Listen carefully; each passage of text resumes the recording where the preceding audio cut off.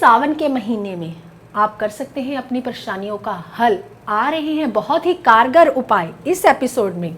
तो जैसे कि संतान सुख प्राप्त नहीं हो रहा, पति पत्नी में अनबन हो रही है, विवाह शादी में रुकावटें आ रही हैं, पुत्र प्राप्ति नहीं हो रही, बिजनेस कारोबार में है दिक्कत, तो कीजिए ये उपाय।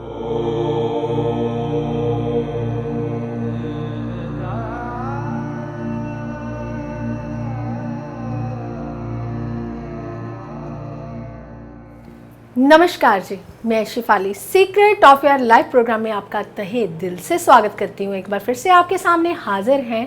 14 जुलाई 2022 से श्रवण मास शुरू होने जा रहा है, यानी कि सावन का महीना। ये महीना बहुत ही खास है क्योंकि कारण ये है कि ये भोले शंकर की आराधना का महीना है। भोले शंकर जो है वो हमारी तमाम परेशानियां, तमाम दिक्कतों को दूर कर देंगे। वो कैसे करेंगे जानेंगे हम प्रोफेसर गुरदीप रोड़ा साहब से। तो आइए स्वागत कर लेते हैं प्रोफेसर गुरदीप रोड़ा साहब का। प्रोफेसर साहब, ओम नमः शिवाय। नमस्कार प्रोफेसर साहब, श्रवण मास शुरू होने जा रहा है, यानी कि सावन का महीना। इस महीने जो है वो समुद्र मंथन भी हुआ था, जैसे कि आपको भी पता है, अपने परिवार के लोगों को भी पता है। तो प्रोफेसर साहब, ये भोले शंकर का जो महीना है, सावन का महीना, कहते हैं कि तमाम परेशानियां, तमाम दिक्कतों को दूर कर देता है। तो आप इसके बारे में क्या कहना चाहेंगे कि इस महीने में हम कौन सा ऐसा उपाय करें कि हमें धन संबंधी जो प्रॉब्लम आ रही है, संतान सुख नहीं प्राप्त हो रहा है, यानी कि पुत्र प्राप्ति नहीं हो रही, जैसे कि तमाम रोग उत्पन्न हो रहे हैं, घर की कला क्लेश उत्पन्न हो रही हैं, इसके लिए हम क्या उपाय कर सकते हैं? बहुत सा कुछ शिफाली जी, आज आपने बात की सावन के महीने की। जो सावन मास है, ये 5वां महीना होता है देसी का, जैसे चैत वैशाख जेठ हाड़ सौन भादो हमारे पंजाबी की है। तो 5वां महीना यानी कि पंचम घर की बात करने वाला शिफाली जी ने बोला कि आज के महीने में, यानी कि आज के दिन सावन मास शुरू हो चुका है। हाँ, हो सकता है कि एपिसोड आपको 2 दिन बाद, 5 दिन बाद मिले। सावन के महीने में मिल जाएगा क्योंकि हमने किया तो मिलेगा जरूर। तो आज सावन का महीना शुरू हुआ था, तो हम अपने मंदिर में ही बैठ के खड़े होकर भोले शंकर के सामने एपिसोड कर रहे हैं। जी बिल्कुल प्रोफेसर, कहते हैं ना, अकाल मृत्यु वो मरे जो काम करे चंडाल का, काल मेरा क्या करे मैं भक्त महाकाल का। शिफाली जी, ये जो भक्त महाकाल के होते हैं, शिव के भक्त होते हैं, सुनिए बहुत ध्यान से जी। भूत प्रेत जितने भी होते हैं वो भी भोले शंकर को मानते हैं, जिनकी गति नहीं होती जी। सावन का महीना जैसे ही आता है उनकी गति हो जाती है। कहते हैं ना, कीड़ा पतंगा जितने भी होते हैं वो जाग जाते हैं। मछली जो बढ़ जाती है, वो क्यों बढ़ जाती है? कहाँ से आ जाते हैं मछली इतने सारे? जी। कहाँ से इतने कीड़े पतंगे आ जाते हैं? कहाँ से इतने जीव, मिट्टी से गंडोए बड़े बड़े निकलने शुरू हो जाते हैं? अभी कहाँ से निकलने शुरू हो जाते हैं? जी। क्योंकि जो किसको गति नहीं मिलती, इस महीने सबको गति मिल जाती है, तो वो जीवन में आ जाते हैं। 84 लाख जूनों में आ जाते हैं, फिर 84 लाख जून भोग कर इंसान की जूनी में पड़ते हैं। तो ये जो जीवन मरण का चक्कर है यहीं से शुरू होता है। तभी तो भोले शंकर जी किसके हैं पता है ना? यम के देवता, काल के देवता। भोले शंकर जी यम के देवता हैं। तो इसलिए जिसकी गति नहीं होती, जो कहते हैं कि हमारे पूर्वज ऐसे हैं ऐसे हैं, इस महीने जो भोले शंकर को जाकर जल चढ़ाते हैं या व्रत रखते हैं, तो उनके घर में खुशियाँ आ जाती हैं। जिनके घर में बच्चा पैदा नहीं होता, भाग्य की उदय नहीं हुआ कभी तक, भाग्य से भाग्य का जो घर बनता है वो पंचम स्थान होता है। भाग्य का भाग्य यानी कि 9वें का 9वां घर पंचम स्थान। पंचम स्थान किस किस का होता है? औलाद का, स्टडी का, लव का, आप जिसको प्यार करते हो। हाँ, एक चीज जो सबसे बड़ी चीज है वो तो पता ही है जी। आपके जो होते ना, कहते हैं माँ का धन, वो भी पंचम स्थान है। आपका पराक्रम का पराक्रम, वो भी पंचम स्थान है। आपका धन का सुख, यानी कि संचित धन जो जोड़ा हुआ उसका सुख, वो भी पंचम स्थान है भाई। आपकी स्टडी तो है, बुद्धि वो भी। तो यानी कि पंचम स्थान, ये पंचम स्थान को बढ़िया करने का समय आ जाता है इसी महीने में। जिसके संतान की वृद्धि नहीं होती, कहते हैं हमारा जो वंश नहीं चलता इसी महीने में। जी। बहुत सारी बातें हैं, लेकिन मैं आपको मेन बात बताता हूँ। इस महीने में जीवन शुरू होता है, यानी कि क्या होता है पता है?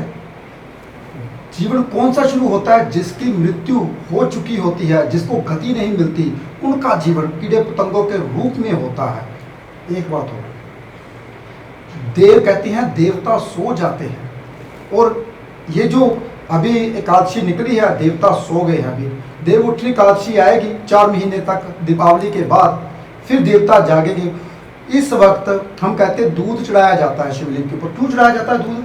भाई इस वक्त जो चारा खाती है गाय भैंस जितनी भी हैं, वो चारा खाने से कीड़ा पतंगा कई दफ़ा अंदर निकल जाते हैं, तो दूध थोड़ा जहरीला हो जाता है। तो हम भोले शंकर के ऊपर पहले दूध चढ़ाते हैं, फिर खुद पीते हैं। अरे भाई ये मानता हजारों सालों से चली है। मैं साइंटिफिक रीजन से इसलिए साथ के साथ बताता हूँ ताकि आपको पता चले ये जो हमारी ज्योतिष है ये साइंस है, ये तुकबाजी नहीं है। इस महीने में जो भी गाय चारा चरती है, जो भी भैंसें चारा चरती हैं, चारे में कीड़े पतंगे बहुत होते हैं, तो इस महीने में दूध पीना मना होता है, सावन के महीने में। और भी बहुत सारी बातें उपाय के बारे में बाद में बात करेंगे। शिफाली जी कुछ पूछने वाले हैं, देखते हैं क्या पूछते हैं। जी प्रोफेसर, आप बिल्कुल सही कह रहे हैं। तो भगवान शिव का जो सीधा सीधा संबंध है वो 3 अंक के साथ भी है। तो प्रोफेसर बात करते हैं पहले आपकी, क्योंकि बात थी पंचम घर की, क्योंकि बहुत सारे लोग अब एक्साइटेड हो चुके होंगे कि 5वां घर जो आपने बताया संतान सुख का है, शादी विवाह का है, लॉटरी का, लव अफेयर का है। तो प्रोफेसर जिनको संतान सुख प्राप्त नहीं होता तो उनके लिए क्या उपाय होना चाहिए? बहुत आसान उपाय। क्या करना है, इस वक्त आपने बेलपत्र तो चढ़ाने ही चढ़ाने हैं सावन के महीने में। हो सके तो सावन के महीने में व्रत रखे जाते हैं, कम से कम 4 व्रत तो जरूरी होते हैं। सोमवार का 4 सोमवार तो आते ही आते हैं, तो सोमवार के व्रत तो जरूरी है। हो सके तो कई दफ़ा तो कुछ ऐसे भक्त भी होते हैं अभी जो सारा महीना व्रत करते, शाम को ही खाना खाते हैं, दिन में खाना नहीं खाते, कुछ ऐसे भी होते हैं। अगर आप चाहते हैं कि हमारे घर में संतान हो, कोई भी फ्रूट आप अगर साथ में देते हो, फ्रूट होना चाहिए जिसके बीच में बीज हो जी। वो फ्रूट का दान। केले के बीच में बीज नहीं होता भाई, सेब के बीज होते हैं।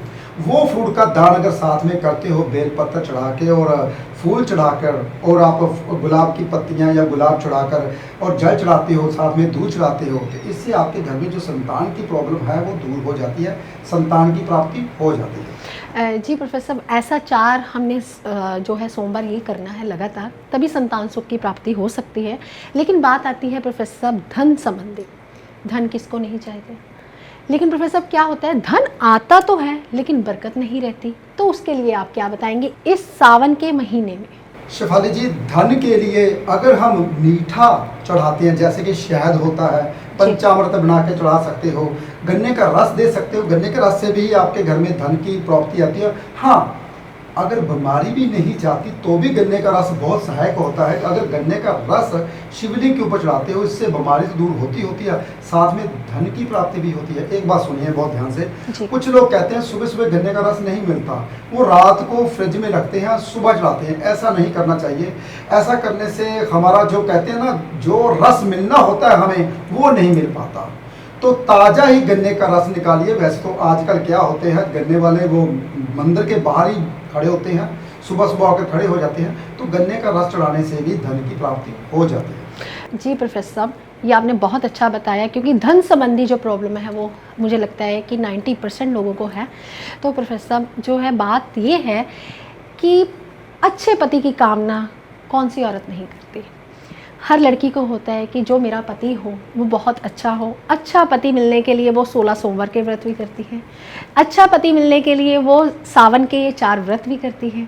तो प्रोफेसर वो किस पूर्वक, विधि पूर्वक कैसी विधि होनी चाहिए कि अच्छा पति जो है वो इंसान को, जो लड़की को है, मिल सके? शिफाली जी, आपको पता होगा पहले क्या किया करते थे, जितनी भी लड़कियां होती थी वो 16 सोमवार का व्रत रखती थी अच्छा पति पाने के लिए जी। और आपको ये भी पता होगा साथ में वो चूरमा बनाते थे, वो 4 हिस्सों में बांटते थे। जी बिल्कुल। और एक हिस्सा दान करते थे, एक हिस्सा घर में लेके आते थे, एक हिस्सा मंदिर का, एक हिस्सा शिवलिंग का, एक हिस्सा भक्तों का, ऐसे निकाला करते थे। तो अगर आप पहले ये तो आजकल तो चारे बहुत मुश्किल है, लोग करते नहीं है, वो पुरानी रीति रिवाज भूलते चले जा रहे हैं।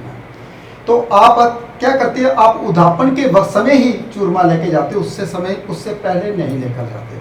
आप हर वक्त के साथ अगर चूरमा लेके जाते हो, एक हिस्सा अपने घर लेके आते हो, प्रसाद के रूप में खाते हो, तो अच्छा पति मिल जाता है बहुत जल्द।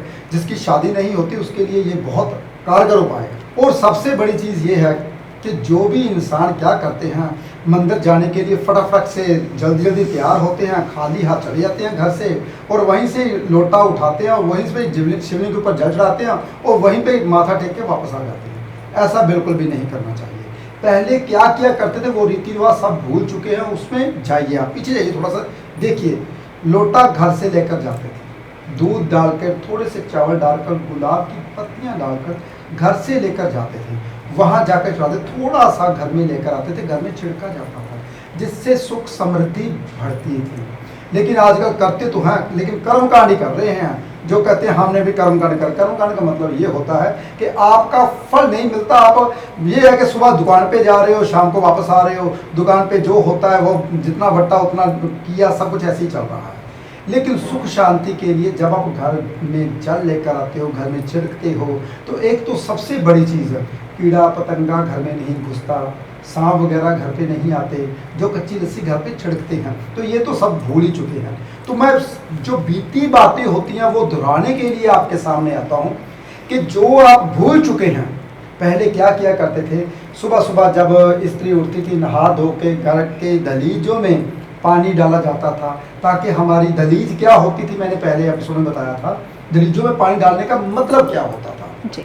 पहले जो दलीजें होती थी वो लकड़ी की हुआ करती थी, तो पानी बाहर फेंका जाता था। दलीजों में हम लकड़ी के ऊपर हम सरसों का तेल फेंकते जब कोई आता था, शुभ होता था। बहुत ध्यान सुनिए, आज का दलीजें सीमेंट की हैं, तो दलीजें बन चुकी हैं राहु की। वैसे दलीज को राहु ही बोला जाता है।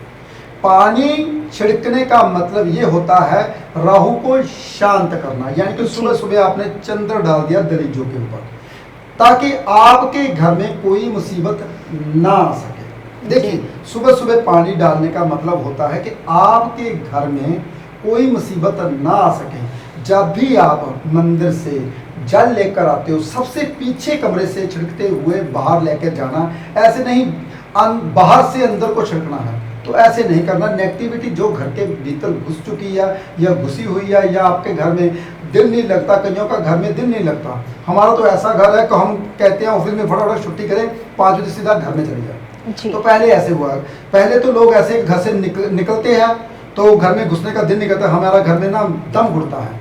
तो ऐसा घर बनाइए जैसे कि हमने अपने घर को पॉजिटिव कर रखा है। घर से अंदर से भीतर से आप छिड़कना शुरू कीजिए और दलीजों तक छिड़कते जाइए, तो देखिए आपके घर में पॉजिटिविटी कैसे आती है, घर में आनंद आना शुरू हो जाता है, खुशी आनी शुरू हो जाती है। जी प्रोफेसर साहब, आपने मेन गेट की बात की, जैसे कि मेन गेट जो होता है वो खुशहाली का होता है, प्रोस्पेरिटी का होता है। आपने अभी हमें बताया कि दलीजों में जो है जो जल छिड़कना चाहिए, लेकिन प्रोफेसर क्या होता है, लोग क्या करते हैं, घर की नेगेटिविटी को दूर करने के लिए कभी कभी क्या कहते हैं, नमक का पोछा लगा देते हैं या फिर बाथरूम में फिटकरी रख देते हैं। क्या ऐसा कुछ भी होने से नेगेटिविटी दूर होती है?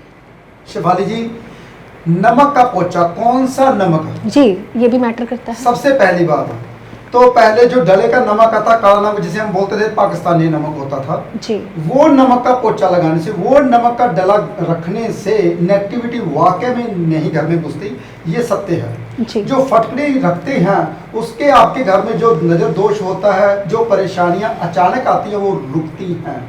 तो इसलिए फटकड़ी कहते हैं ना, सबसे बड़ी चीज जो बुद्ध होता है वही अगर खराब होता है तो राहु बन जाता है, तो फटकड़ी बुद्ध को ठीक करती है। इसलिए बहुत सारी बातें हैं जिसको हम नहीं जानते साइंटिफिक रीजन से। ये चीज़ें हम क्या करते थे पहले ज़माने में, जो बाहर का मेन गेट होता था उसके भीतर में खिड़की हुआ करती थी, तो वो खिड़की में रख जाते थे कि कोई भूत प्रेत अंदर ना आ सके। फटकड़ी बहुत ध्यान सुनने वाली बात है। तो ऐसा वाकई में होता था। कोई भी जो नेगेटिविटी होती है, नेगेटिव हवा होती है, इनको जो दोष होता है वो सावन के महीने में ख़त्म हो जाता है। तो रखने से वाकई में ये चीज़ें दूर होती है, नेगेटिविटी दूर होती है, नज़र दोष दूर होता है अगर वो रखती है। काला नमक का पोछा लगाना चाहिए, ना कि दूसरे नमक का। जी प्रोफेसर भगवान शिव का सीधा सीधा संबंध जो है वो 3 अंग के साथ है। इन्हें त्रिकालदर्शी भी कहते हैं। तो प्रोफेसर, क्या भगवान शिव की कृपा हम पर कैसे बरस सकती है? ये एक पूरा महीना है, ऐसे तो हम शिवरात्रि पे भी अगर करते हैं तो पूरा फल मिलता है, लेकिन प्रोफेसर आप ही कहते हैं कि ज्योतिष के मुताबिक किया गया उपाय तभी कारगर है जब बच्चे का जन्म होता है या फिर बच्चे का जो विवाह होता है तब। प्रोफेसर, भगवान शिव तो यम के देवता हैं। भगवान शिव की जो आराधना करते हैं उन्हें परेशानियां बिल्कुल भी नहीं आती। क्या जिनका चंद्रमा वीक होता है, जिन्हें डिप्रेशन की प्रॉब्लम होती है या जिन्हें कह सकते हैं वहम की बीमारी हो जाती है, कई बार बार हाथ धोने की बीमारी हो जाती है, जब आप कहते हैं कि कुंडली में चंद्र और राहु का मेल हो जाता है, चंद्र और केतु का मेल हो जाता है, क्या इस महीने उपाय करने से क्या उनकी तमाम बीमारियाँ जो है वो दूर हो सकती हैं? शेफाली जी, क्यों नहीं दूर होती? यम के देवता है, परेशानियां क्यों नहीं दूर होती? जो इंसान इस महीने जल चढ़ाता है, जो श्रद्धा से मंदिर जाता है, जो श्रद्धा से शिवलिंग के ऊपर माथा टेकता है, क्यों नहीं दूर होंगी? जी शेफाली जी, मैंने बोला अभी कि इस महीने में जिसको गति नहीं मिलती वो मिल जाती है। जी बिल्कुल। आपको पता होगा शिवरात्रि अभी गई है जी। शिवरात्रि के महीने में आत्माओं को मुक्ति मिलती है, आत्मा जीवन में आना शुरू होती हैं। तो इस महीने में जो जीवन आता है उसी आत्माओं का उसको मुक्ति मिलती है, यानी कि वो जीवन अगली कीड़े पतंगे से लेकर छोटे छोटे जीवों की मृत्यु होनी शुरू हो जाती है। जैसे वो पैदा होते हैं वैसे ही मर जाते हैं।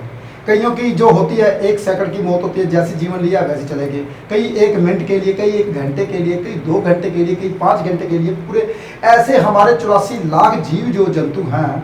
तो ऐसे इन 4 महीनों में जो के भूत प्रेत होते हैं, जिनकी शिवरात्रि के दिन मृत्यु होने के बाद क्या होता है, जन्म होता है। तो इस महीने में सभी जन्म होते हैं, ये चारों महीनों में, ये 4 महीने में जो देव सोए हुए होते हैं, इसी महीनों में उनकी जो कहते हैं कि जुनें वो आकर चली जाती हैं, भोग कर चले जाते हैं। तो वो बाद में वो जुनों में आना शुरू होते हैं, अच्छी जुनों में, जिसकी कई दफ़ा तो आपने देखे रेंगने वाले जीव आते हैं, उड़ने वाले जीव होते हैं। तो ऐसे ही जीवों में आना शुरू होते हैं। तो जो भोले शंकर जी हैं वो आपकी कहते हैं श्रद्धा के मुताबिक फल देते हैं कि आपके घर में कितनी श्रद्धा से उसको पूजा जाता है। भोले शंकर जी दुखों का निवारण करते हैं।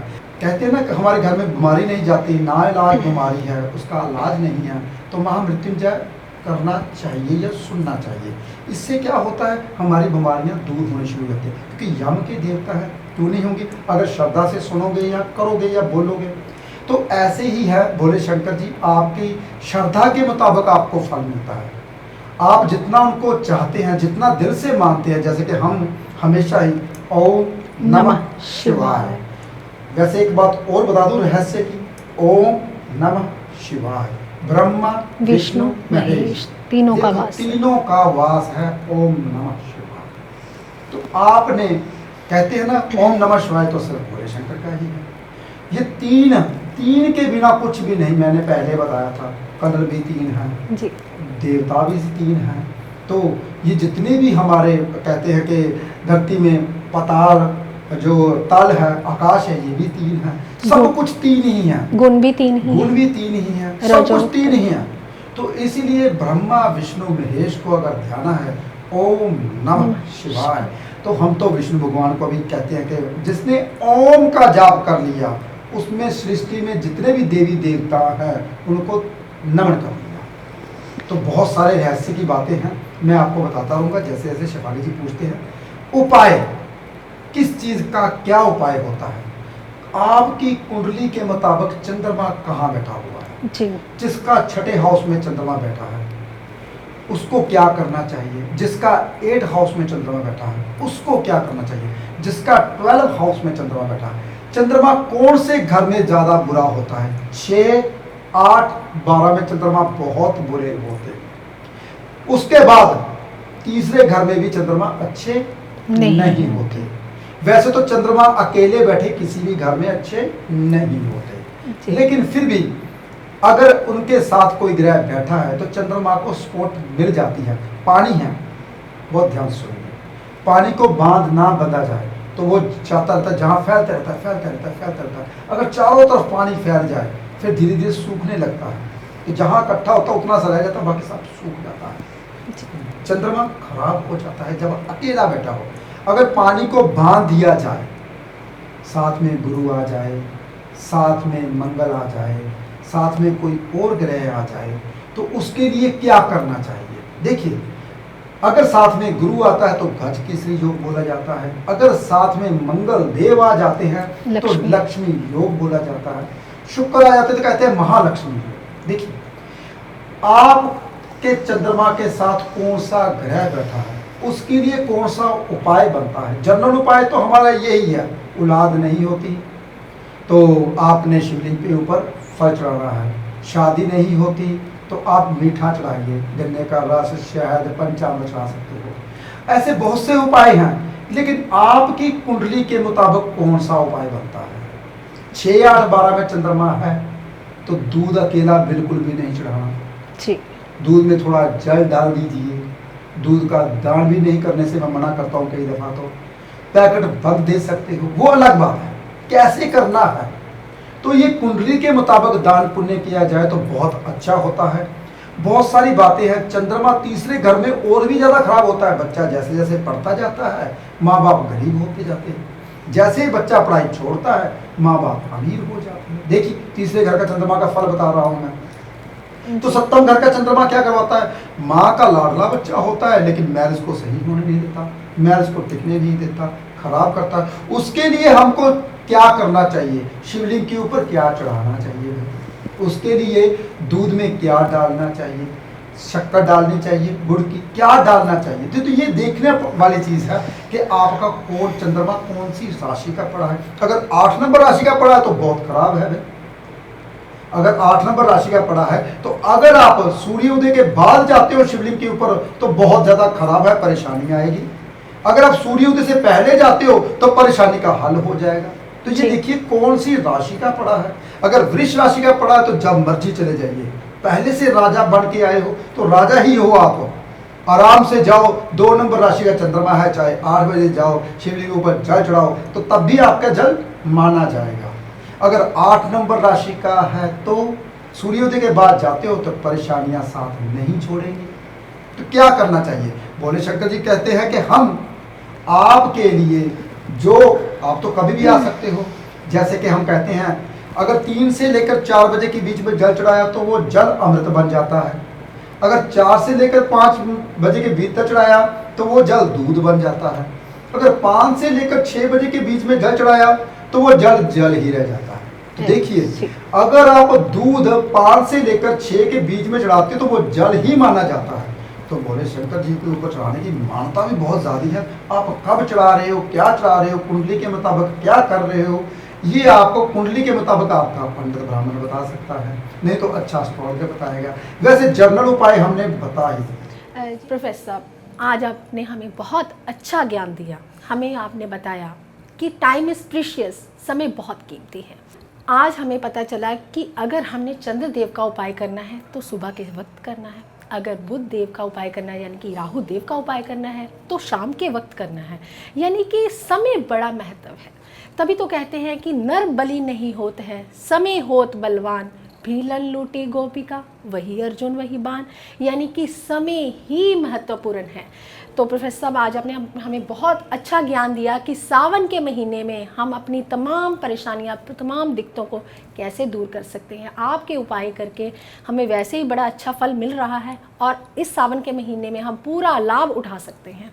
तो अगले एपिसोड में हम जल्द ही मिलेंगे। लेकिन आपको मैं सबसे पहले ये बता दूं कि आपको अगर एपिसोड अच्छा लगे तो ज़्यादा से ज़्यादा लोग तक शेयर करिए, हमारे चैनल को लाइक करें, सब्सक्राइब करें और शेयर करना बिल्कुल भी ना भूलें। हम जल्द ही अगले एपिसोड में मिलेंगे। फ़िलहाल आज के लिए इतना ही। ओम नमः शिवाय।